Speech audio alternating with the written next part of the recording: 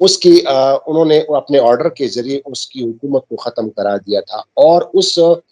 اس کو پھر بعد میں محترمہ بے نظیر بھٹو شہید صاحبہ نے اس کو چیلنج کیا تھا سپریم کورٹ آف پاکستان میں، اور یہ بڑا مشہور کیس ہے امتیاز صاحب، محترمہ Benazir Bhutto versus president of Pakistan PLD 1998، یہ بڑا مشہور کیس ہے، اور اس بینچ میں 7 ارکان تھے مشتمل بینچ تھا یہ، اور اس میں جو اس وقت کے چیف جسٹس تھے سجاد علی شاہ وہ ہیڈ کر رہے تھے، تو اس پہ فیصلہ آیا تھا کہ 6-1 سے، یعنی 7 رکنی بینچ تھا، 6 نے اس کے حق میں فیصلہ دیا تھا کہ بے نظیر حکومت کو ان کی حکومت کو صحیح طور پر جو ہے وہ ڈیزالو کیا ہے، یعنی اس کو اپہیلڈ کیا تھا۔ تو اس پہ اس ججمنٹ میں یہ مشہور اس لیے کہ اس وقت اس نے یہ کہا تھا کہ یہ ثابت ہو چکا ہے، بے نظیر بھٹو کی حکومت پہ یہ ثابت ہو گیا تھا کہ انہوں نے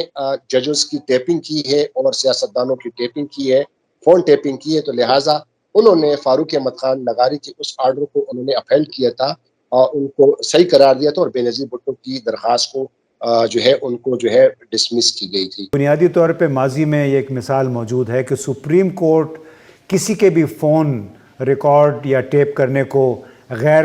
قانونی غیر آئینی قرار دے چکی ہے، تو ابھی یہ جو مسائل سامنے آ رہے ہیں یہ اس کے حوالے سے کہ آپ سمجھتے ہیں کہ یہ بنیادی ایک سوال اٹھے گا کہ یہ ریکارڈنگز کون کر رہا ہے اور کیوں کر رہا ہے؟ کیونکہ لوگ یہ کہہ رہے ہیں کہ جی یہ ریکارڈنگ ہمارے سامنے آ گئی، لیکن کوئی یہ نہیں پوچھ رہا کہ کیوں لوگوں کے بنیادی حقوق کی پامالی ہو رہی ہے۔ جی بالکل، اس کا پہلے تو میں آپ کو جو ریسنٹ جو بتاؤں، ایک تو جو 2020 میں جو ہے سپریم کورٹ کے جو سٹنگ سینئر جج ہے، سینئر جج جسٹس قاضی فائز عیسیٰ، ان کے خلاف جو عمران خان کے دور حکومت میں پریزیڈنشل ریفرنس فائل ہوا تھا، اور اس کو پھر انہوں نے چیلنج کیا تھا، ان کے ساتھ باقی بار کونسل بار ایسوسیشن نے بھی چیلنج کیا تھا، اس ریفرنس کو پھر سپریم کورٹ کے 10 رکنی بینچ نے 6-4 سے اس کو اڑایا تھا کہ یہ ریفرنس جو ہے غلط طریقے سے قاضی فائز کے خلاف فائل ہوئے، لیکن اس میں امتیاز صاحب اسپیسیفکلی اس کے جو وکیل تھے منیر ملک صاحب، انہوں نے جو دلائل دیے تھے وہ بڑے مضبوط دلائل تھے کہ جناب ایون آئی ڈونٹ نو کہ whether I am under surveillance اور ناٹ، تو انہوں نے بھی بے نظیر بھٹو کا کیس کا حوالہ دیا تھا کہ اس کی حکومت کو یہ کا عدالت نے قرار دیا تھا کہ یہ سفیشینٹ گراؤنڈ ہے اس کی حکومت کو ختم کرنے کے لیے۔ اب آپ نے جو سوال اٹھایا امتیاز صاحب، اب یہ جو ججز جو ہیں، میں نے میری سٹوری آج چھپی بھی ہے، اور اس سٹوری میں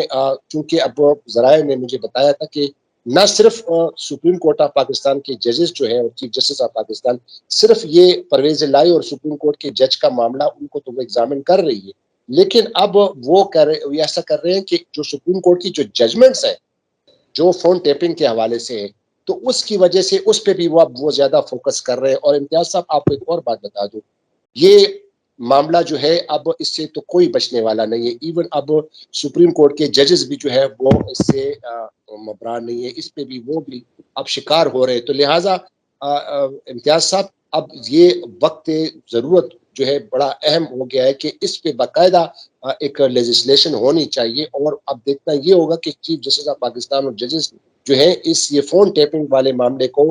کس طرح دیکھتے ہیں۔ اور ساتھ ہی آج عمران خان صاحب نے جو خط لکھا ہے چیف جسٹس صاحب کو، اس میں عمران خان صاحب نے اسپیسیفکلی کہا ہے کہ چونکہ آئین میں بنیادی حقوق کی جو گارنٹی دی گئی ہے، آرٹیکل 14 ہے، آرٹیکل 19 ہے، ڈگنیٹی آف مین ہے، پرائیویسی آف پرسنز ہے، اور خاص طور پر ایون اس کے دور میں بھی ان کے پرائم منسٹر آفس جو ہے محفوظ نہیں تھا، ان کی آڈیو ٹیپس جو ہے وہ جاری کی گئی، اور پھر جو 13 جماعتوں کی حکومت آئی ہے، آپ کو پتہ ہے کہ شہباز شریف کی بھی فون ٹیپنگ ہوئی، تو امتیاز صاحب کہنا یہ ہے کہ یہ صرف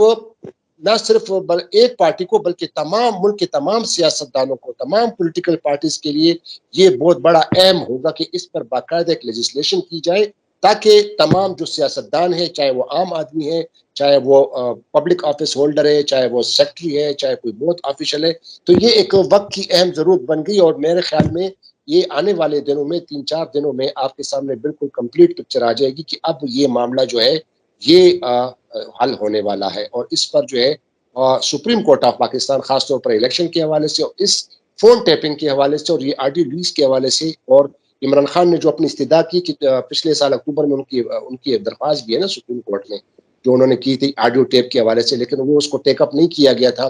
اور پھر اس پہ یعنی آپ یہ کہہ رہے ہیں کہ بنیادی طور پہ ابھی یہ وقت آ گیا ہے کہ ججوں کو جو اعلیٰ عدلیہ ہے اس کو بھی فیصلہ کر لینا چاہیے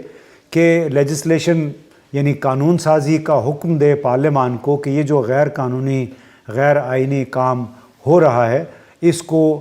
بالکل بند ہو جانا چاہیے، اور دعا یہ بھی کرنی چاہیے کہ جتنے حقوق انسانی کے علم بردار ہیں، بڑے دانشور، بڑے اصول پسند سیاستدان، وہ بھی اس موضوع پہ ضرور اظہار خیال کریں کہ آڈیو ویڈیو ٹیپس کے کور میں کس طرح دوسرے اپنے مخالفین کی کردار کشی ہو رہی ہے۔ تو دوستو یہ تھی ہماری سہیل خان صاحب کے ساتھ گفتگو، اور انشاءاللہ ان کے ساتھ اور سیشن بھی کریں گے۔ بہت بہت شکریہ۔